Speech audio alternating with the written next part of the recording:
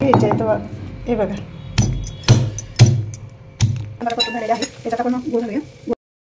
नमस्कार, छायाज किचनमध्ये आपले स्वागत आहे. तर मी आज तुम्हाला वाघाटीची भाजी कशी करायची ते दाखवणार आहे.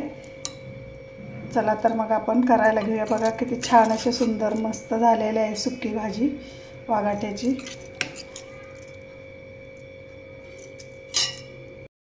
आज मी बनवणार आहे वाघाट्याची भाजी, सुकी भाजी बनवणार आहे. तर याच्यासाठी लागणार साहित्य बघा.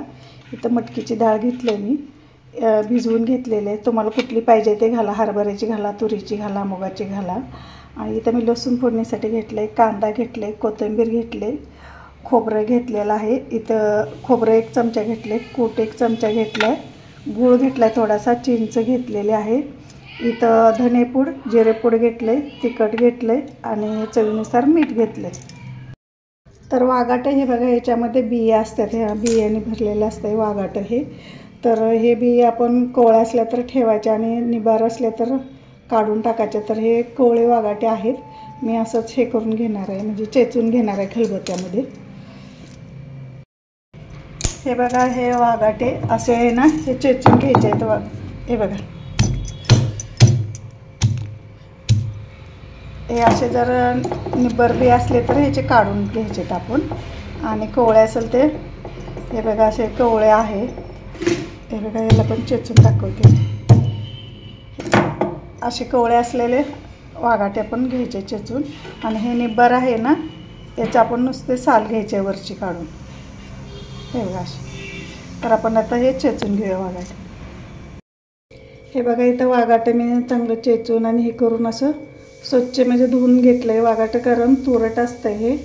ह्या वाघाट्याला गोविंद फळ पण असं म्हटले जाते. आणि भाजी ही आषाढ महिन्यात ना दुवादशीलाही खाल्ली जाते. बघा कशी छान अशी दिसते, म्हणजे कोवळी एकदम अशी घेतलेली आहे. तुम्ही निब्बर असली तर त्याच्यातले बी काढून टाकू शकताय. ज्याला बी पाहिजे ते बी पण घेतात. तर आपण आता फोडणी देऊया. इथं मी बघा तेल घालून घेतलेलं आहे. ह्याच्यामध्ये आपण तेल गरम करायला ठेवूया.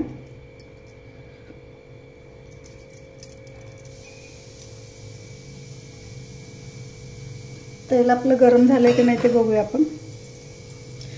तेल आपलं गरम झालंय. थोडीशी मोहरी टाकूया, थोडेसे जिरे टाकूया आणि इथं लसूण टाकूया. याला चांगला पण तडतडू द्यायचं.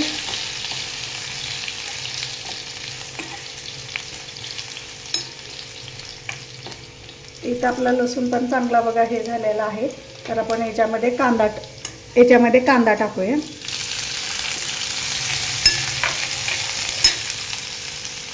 कांदा पण चांगला आता फ्राय करून घेऊया. इथं बघा कांद्याचा कच्चापणा निघून गेलेला आहे. तर आपण कोणी म्हणजे कच्चा सुद्धा घालते कांदा याच्यामध्ये. कांद्याचा कच्चापणा गेले. आपण आता हे वाघाटं पण ह्याला जरा परतून घेऊया आपण.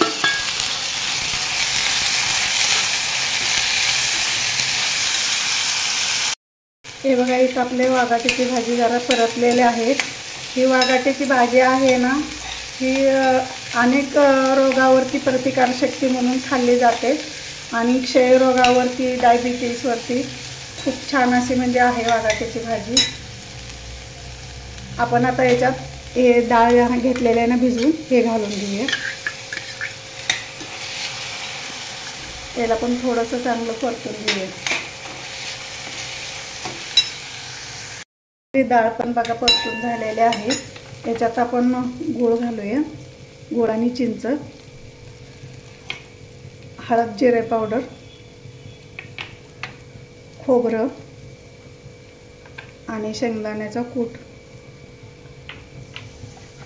आणि तिखट. तुम्हाला तिखट जसं पाहिजे तसं घालू शकताय. आणि चवीनुसार मीठ. आणि परत ह्याला चांगलं परतून घेऊया. आणि थोडीशी कोथिंबीर घालायची ह्याच्यात.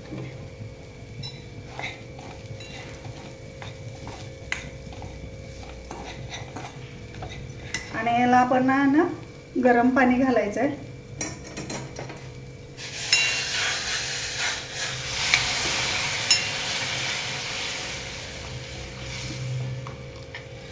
शिजण्यापुरतं आपण पाणी घालूया. आणि याला एक 5-10 मिनटं आपण शिजू द्यायचं.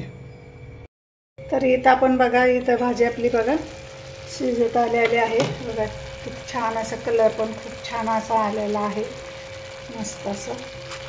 तर आपण आता इथं गॅस बंद करूया.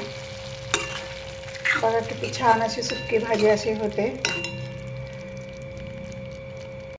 इथं माझी वाघाट्याची भाजी करून तयार आहे. माझी रेसिपी आवडली तर लाईक करा, शेअर करा, सबस्क्राईब करा. धन्यवाद.